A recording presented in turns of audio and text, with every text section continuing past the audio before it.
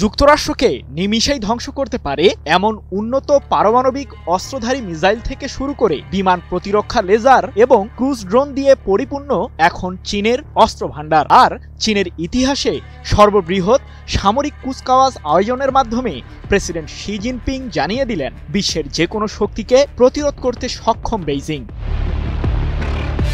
পারমাণবিক অস্ত্রধারী দেশ চীন প্রতিনিয়তই বৃদ্ধি করছে তার সামরিক সক্ষমতা। মাটি ও আকাশসহ সমুদ্র থেকে শত্রুদের বিরুদ্ধে হামলা চালাতে পারদর্শী এমন ত্রয়ী অস্ত্র প্রথমবারের মতো প্রদর্শন করেছে বেইজিং। 20,000 কিলোমিটার পাড়ি দিয়ে শত্রুপক্ষের নির্দিষ্ট লক্ষ্যবস্তুতে নিখুঁতভাবে আঘাত করতে সক্ষম DF-5C মডেলের আন্তঃমহাদেশীয় ব্যালিস্টিক ক্ষেপণাস্ত্রের মহড়াও দেখালো প্রেসিডেন্ট শি জিনপিং এর দেশটি। বিশ্বব্যাপী মার্কিন প্রশাসনের রাজনৈতিক, কূটনৈতিক এবং সামরিক আগ্রাসনের বিরুদ্ধে চীন মূলত ছোট দেশগুলিকে এই বার্তাই পাঠালো যে ভয় নেই, শান্তি প্রতিষ্ঠায় বেইজিং আছে আপনাদের পাশে।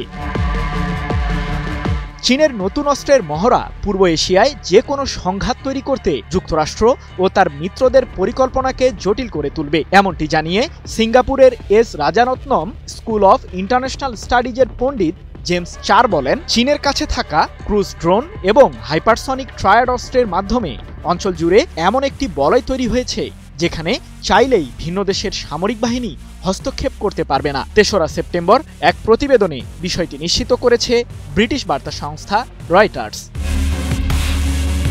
এদিকে যুক্তরাষ্ট্রের তৈরি বিমানবাহী রণতরীকে প্রতিহত করতে চীন এমন কয়েকটি জাহাজ বিধ্বংসী হাইপারসনিক মিসাইল উন্মোচন করেছে যা দেখে চিন্তায় মার্কিন প্রশাসন।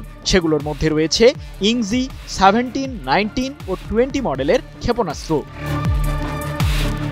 এছাড়াও চীনের সামরিক বহরে যোগ হয়েছে নতুন প্রজন্মের ড্রোন। মানবহীন এসব অস্ত্র দিয়ে শুধু আকাশেই নয়, পানির নিচেও শত্রুপক্ষকে ঘায়েল করতে পারবে চীনের প্রতিরক্ষা বাহিনী। এমনকি শত্রুপক্ষের ছোড়া ড্রোনকে প্রতিহত করতে এক ধরনের লেজার অস্ত্রও তৈরি করেছে বেইজিং। দ্বিতীয় বিশ্বযুদ্ধ শেষ হওয়ার 80 বছর পূর্তি উপলক্ষে বেইজিংয়ে অনুষ্ঠিত এই সামরিক মহড়ায় অংশ নিয়েছেন রুশ প্রেসিডেন্ট ভ্লাদিমির পুতিন ও উত্তর কোরিয়ার সর্বোচ্চ নেতা কিম জং উন সহ বিশ্বের বিভিন্ন দেশের রাষ্ট্রপ্রধানরা। সৃজন মাহমুদ, নিউজ 24।